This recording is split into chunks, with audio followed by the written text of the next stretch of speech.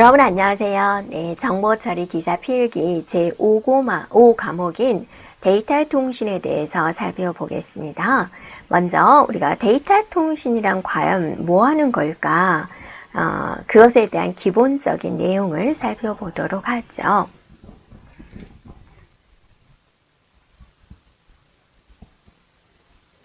자, 우리가 살펴볼 내용은요. 첫 번째, 데이터 통신이란 무엇인지 개요적인 면을 살펴보고 또 데이터 통신의 발달은 어떤 식으로 이루어졌나 살펴보고 또 기본적인 구성과 또 통신 회선에 대해서 살펴보도록 하겠습니다.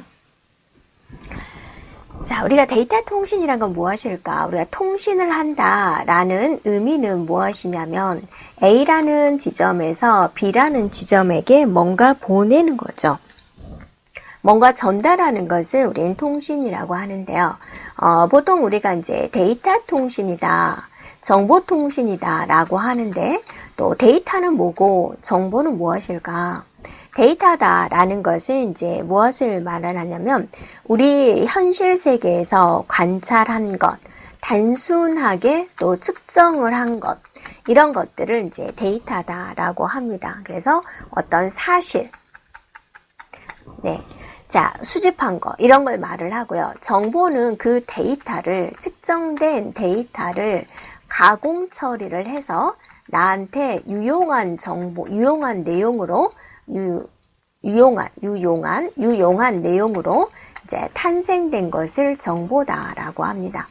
그래서 소에서 나온 젖은 우리가 바로 먹을 수가 없고 그걸 가공 처리를 해가지고 우유라는 것을 만들죠. 예쁘게 포장해서. 그래서 우리는 우유를 먹는 거죠. 소의 젖은 데이터고 우유는 정보다. 이렇게 구분할 수가 있습니다. 그리고 이제 또 우리가 데이터 통신이다, 정보 통신이다 라고 하는데, 비슷하게 같이 사용하고 있습니다. 데이터는 이제 더 작은 개념이기 때문에, 이진수로 된 디지털 형태의 정보로 서로 이제 교신하는 것을 말을 하고요. 정보 통신이다 라고 한다면, 통신을 해서 그것에 통신에 대한 처리 기능, 거기다가 또 정보에 대한 처리 기능, 이런 기능을 이제 합한 것이 이제 정보통신이다라고 볼 수가 있습니다. 자, 다시 한번 보면 컴퓨터와 통신 기술을 결합을 했다. 그래서 통신 처리하는 기능, 통신하는 기능, 그 다음에 이제 정보를 처리하는 기능, 거기다가 이제 변환하고 저장하고 이런 과정들이 모두 추가된 형태의 통신을 정보통신이다라고 합니다. 근데 그냥 우리는 이제 구분하지 않고 그냥 같이 사용하고 있습니다. 네, 자, 통신의 3요소. 자, A에서 B로 통신을 하려고 한다. 뭔가 건네주려고 한다. 뭐가 필요하냐? 정보원, 수신원, 매체. A라는 사람, B라는 사람. 그 다음에 뭘 통해서 보낼 거냐라는 거죠. 통로라고 생각해 주면 되죠. 그래서 정보원은 이제 전송을 하는 것이죠. 전송. 수신원은 뭐죠? 수신하는 곳, 받는 곳이죠. 전송 매체는 우리가 보통 뭐를 통해서 할 거냐? 통신 회선이다.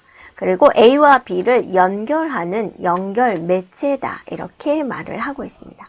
자, 통신의 3요소 기억합니다. 또 정보통신에 대한 개념 기억을 합니다. 모두 출제가 되었던 부분이군요.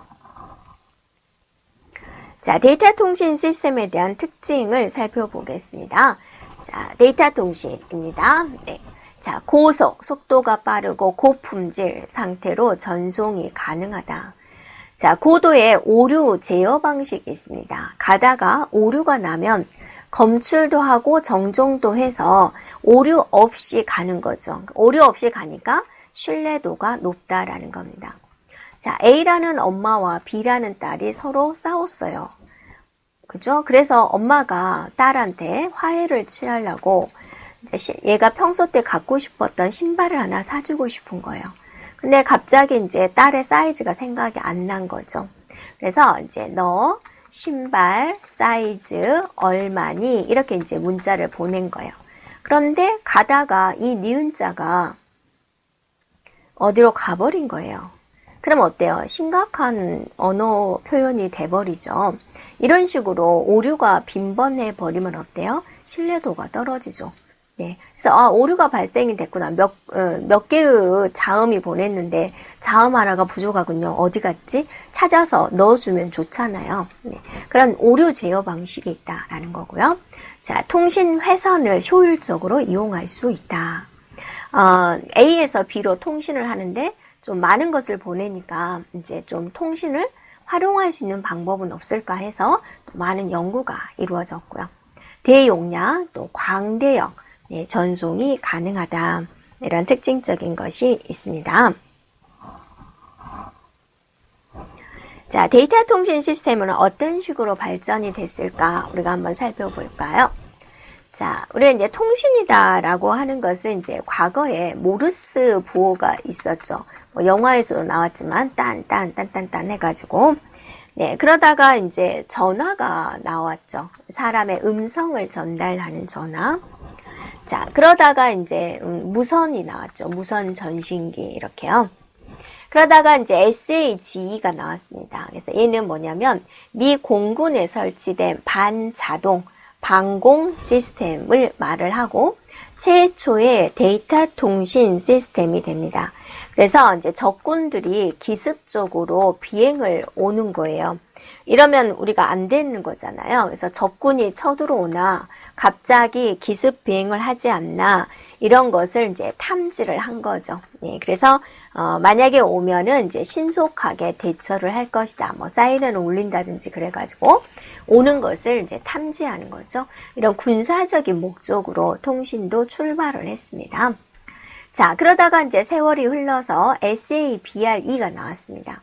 자, 아메리칸 에어라인 항공사에서 도입한 항공기 좌석 예약 시스템이에요. 그러니까 얘는 어떠세요? 군사적인 목적으로 썼어요. 그런데 그걸 어때요? 민간용으로 이제 활용을 하는 거죠. 네, 그래서 민간용이다. 최초의 상업용 데이터 통신 시스템이다. 라고 합니다.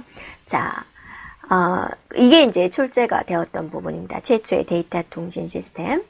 그 다음에 이제 CTSS가 나왔는데, 이제 세월이 조금 흘러서 MIT 공과대학에서 대학 내 대형 컴퓨터의 공동 이용을 목적으로 시행한 최초의 시 분할 시스템이요. 시간을 분할해서 처리한 시스템이다. 라는 거.